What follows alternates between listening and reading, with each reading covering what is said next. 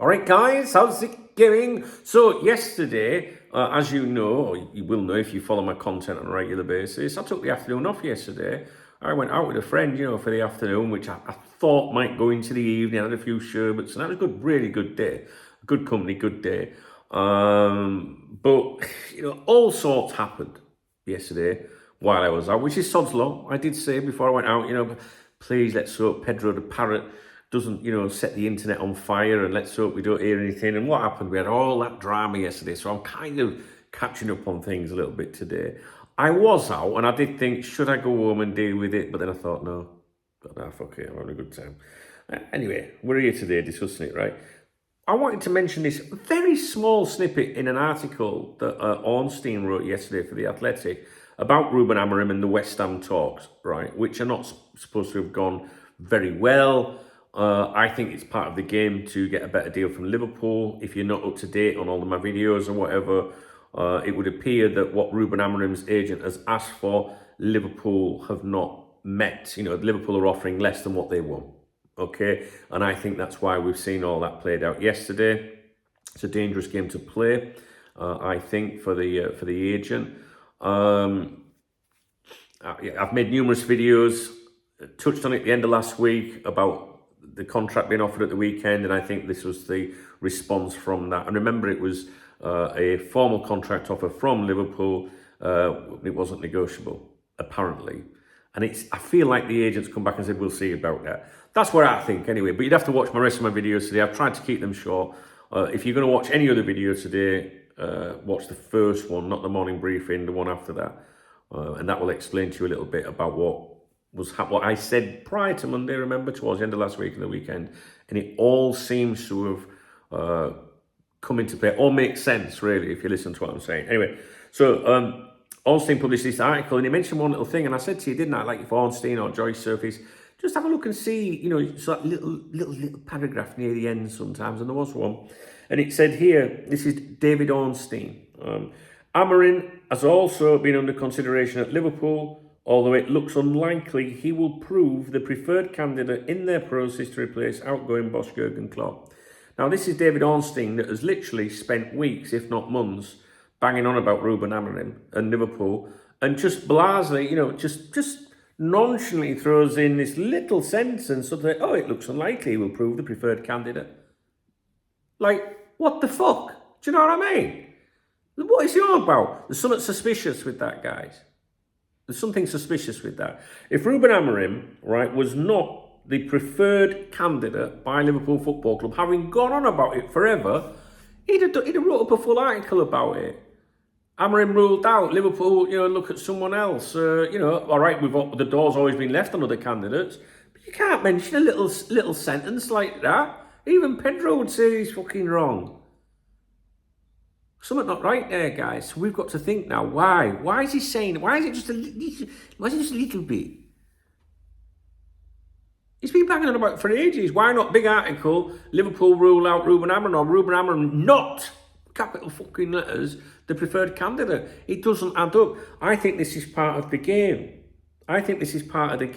Now, we know that Ornstein is more in, tune with the ownership than he is the people on the club on a day-to-day basis. But he does know them lot as well. But I think he's probably more so better with the senior cheese. You know what I mean?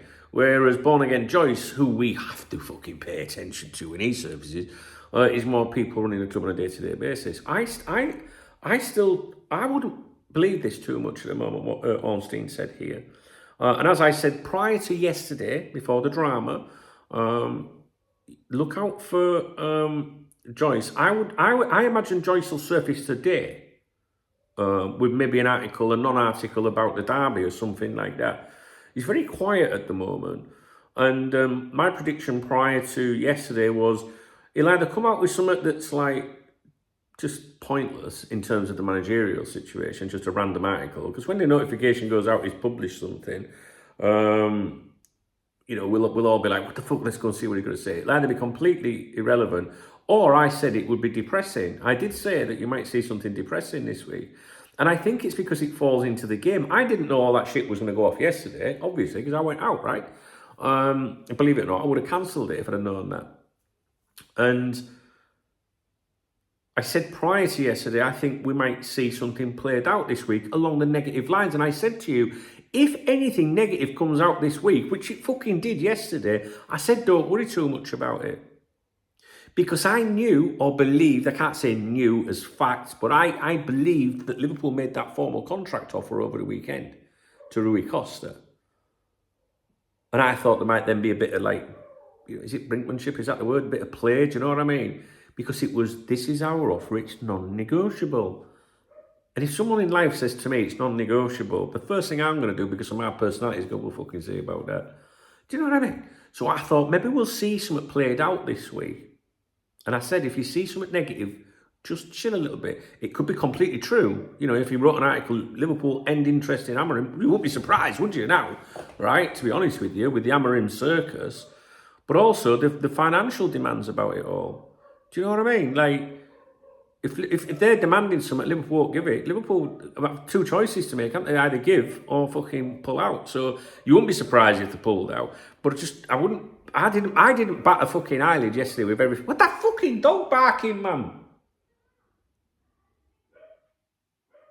Seriously, if my dog was barking, I'd kick its teeth in. I'm a respectful neighbour, me, man. You know, I don't annoy my neighbours, man, but these Spanish fuck me. Oh, yeah. What were we talking about? This dog threw me off, man. You know what I mean, don't you?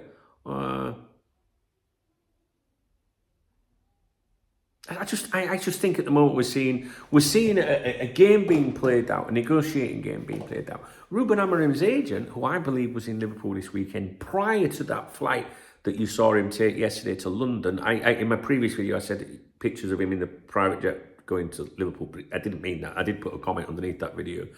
It's no wonder you get confused, but you know what I mean. I knew where it was going, but apparently the agent informed Liverpool Football Club that we're going to West Ham. Why would you do that? It's part of the fucking game, isn't it? I'm sorry, nah. But you know, another thing is about Ruben Amorim as well. If he's asking for 10 million net, who does he think he is? Nah, man, nah. So, no, to be honest with you, to be honest with you, Ruben Amorim and his agent could completely fuck this up for them. And I completely, as angry as you might want to be and disappointed, there does come a point, you can't just go pay them what they want. You can't do that. There comes a point where you just think, you know what, Liverpool were right with that decision. So, you know, this is why why things change so much in football. Sometimes things can look so nailed on, and it just takes the smallest of things for it all to come fucking tumbling down.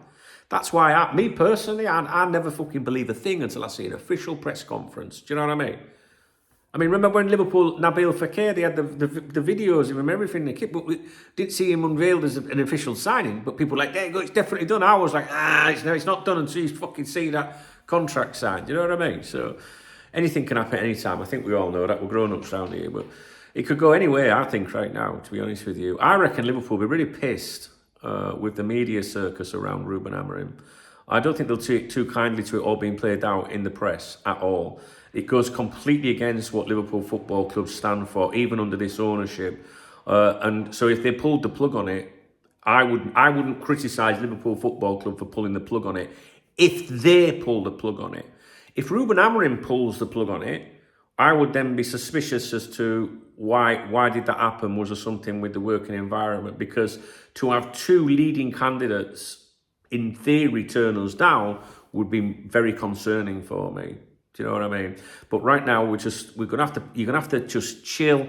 I wouldn't worry too much about it, right? But I think we're at a tipping point. Do you know what I mean? I think it could go either way right now. Yesterday I just carried on my day as normal. I streamed, you saw me stream, I was having a good time, and I wouldn't give a... I just thought, this is just part of the game, The only bit that bothers me is Liverpool don't like circus, don't like drama, because they will look at this situation and think, is that how we really want to be moving forward with someone? Do you know what I mean? Yeah? You know what I mean, don't you? I think you know what I mean.